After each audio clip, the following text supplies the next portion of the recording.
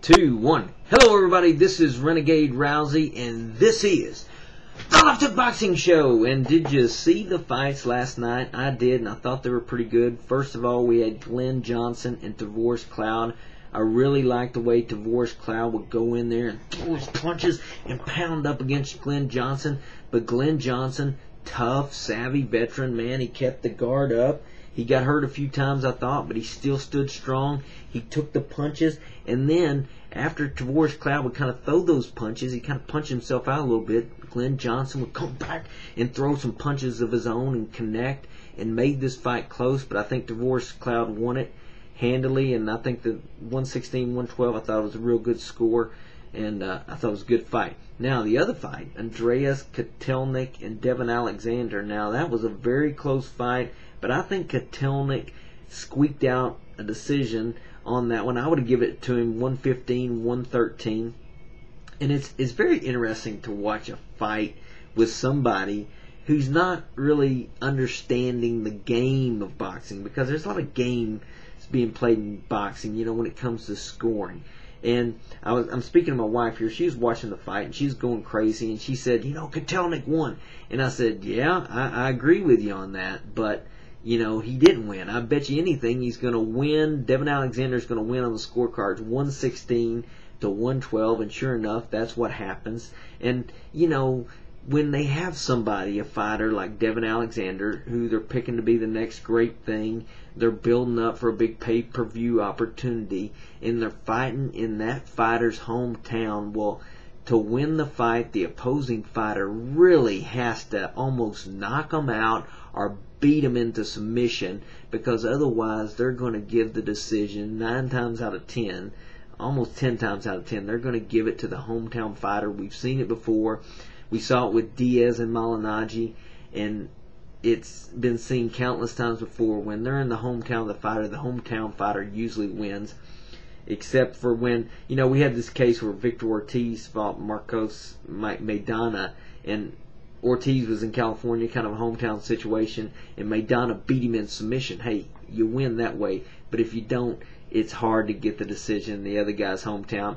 I wouldn't mind seeing a rematch of that fight in a neutral location, kind of like we saw with Diaz and Malignaggi. We'll see if that happens, and I'd like to see it maybe on the undercard of a fight between maybe Manny Pacquiao and Floyd Mayweather. And did you see who was sitting ringside? And that's what I want to talk about, is Floyd Mayweather, Manny Pacquiao.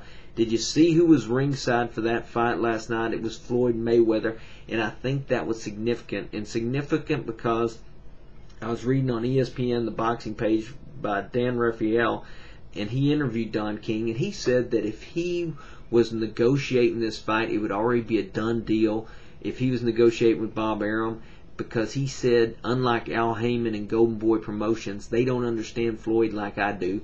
He says, we both hail from the ghetto, we speak ghettoese, and we understand each other, and he says, I could get this fight done. So let's hope, if that is the case, that they link up and they get this fight done, because I'm telling you, it's just important that this fight take place, because if it doesn't take place, we get what we've seen in boxing a lot lately, and that is simply mediocrity. There's two great fighters out there, pound for pound, and we all know it. It's Floyd Mayweather and Manny Pacquiao.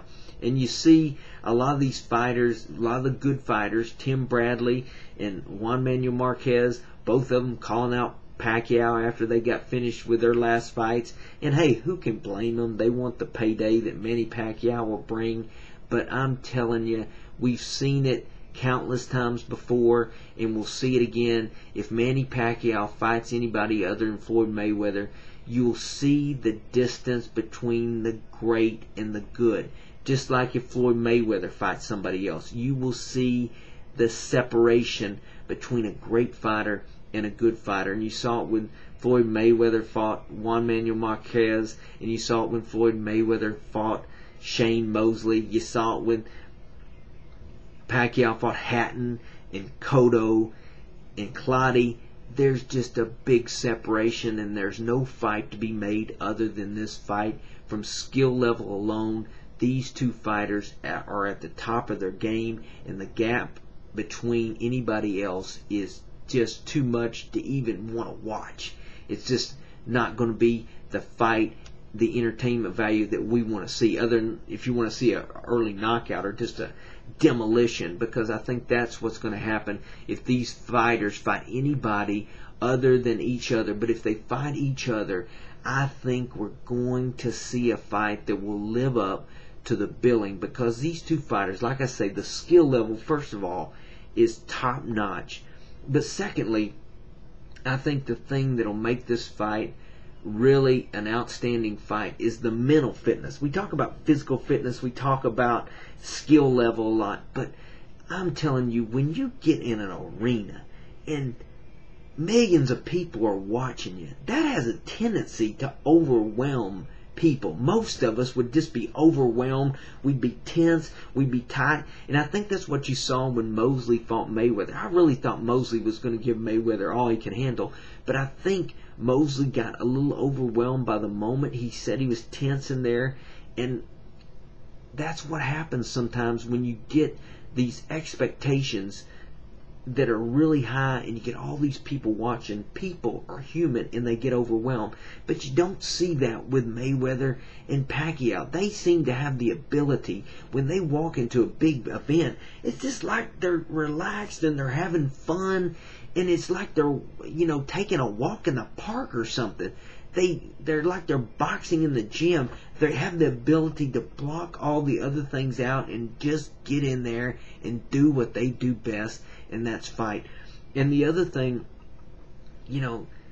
we talk about the fighters, but you can't, when you talk about Pacquiao and you talk about Mayweather, you can't forget about the trainers. These two trainers, Roger Mayweather and Freddie Roach, two great trainers. They both suffered the effects of boxing. Being in boxing, you can tell it's done some damage to their physical bodies.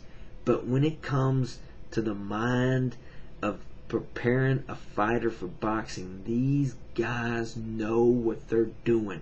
And I'd love to see the strategy, the tactician, when they get in there, and the strategy they give their fighter and the work that they do prior to the fight.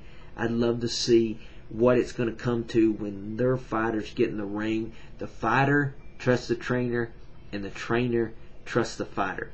These guys are one on both sides of the fence, and I think if they get in there, we're going to see a great show. I hope we see it. Floyd, Manny, I want to see this fight. The boxing world wants to see this fight. Hell, the world wants to see this fight. Let's get it on!